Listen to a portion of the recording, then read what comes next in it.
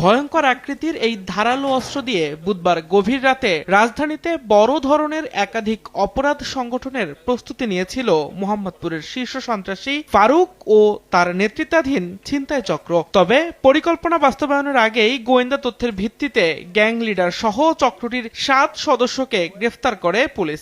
এদিন রাতে সেকেট্রেক এলাকা থেকে তাদের গ্রেফতার করা হয়।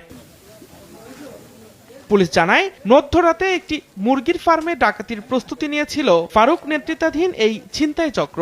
এছাড়া কিছুদিন আগে আদাবর এলাকায় কিশোর গ্যাং নেতা বিল্লাল হোসেন ওরফে ভাইস্তা বিল্লাল ও মাওরা সোহেলকে গ্রেফতারের প্রতিশোধ নিতে পুলিশের সোর্সের ওপর হামলার জন্য তারা শরীয়তপুর ও মাদারীপুর থেকেও ভাড়াটে সন্ত্রাসী এনেছিল বলেও দাবি পুলিশের। জানতে পেরেছি যে আজকের রাতে একজনকে কোপাবে, মানে যিনি ওদের এক বড় ভাই মাওরা সোহেল, এই মাওরা সোহেলকে যিনি ধরে দিয়েছে ওকে আজকের কোপাবে রাতে।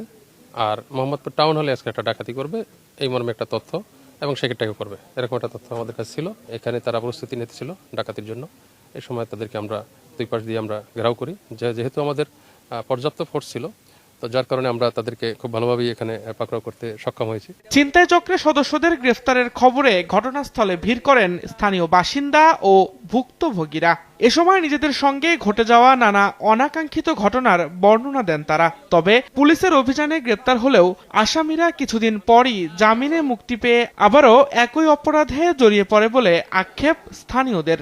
সেদিন আমরা 400 টাকা নিয়ে যাচ্ছি, এটা আমাদের কাছ থেকে চাপাটি ধরে আর নিয়ে নিছে। এই 12,000-15,000 টাকা এক মাসে স্যালারি যদি নিয়ে যায়, তো স্যার আর কিছু থাকে এই জায়গায়? মৌমাছি একটা চাকে কত থাকে তার চেয়ে বেশি ওদের জ্বালায়, ওদের অত্যাচারে এই এলাকায় মানুষ, পুরুষ মহিলা কেউ হাঁটতে পারে না। এদেরকে শাস্তি দিক যাতে জনগণ, সাধারণ জনগণ ভালোভাবে থাকতে পারে। এ সময় ছিনতাই চক্রের সদস্যদের কাছ থেকে চাপাতি, সামুরাই সহ বেশ কয়েকটি দেশীয় ধারালো অস্ত্র উদ্ধার করে পুলিশ। দিন মোহাম্মদ সাব্বির, সময় সংবাদ, ঢাকা।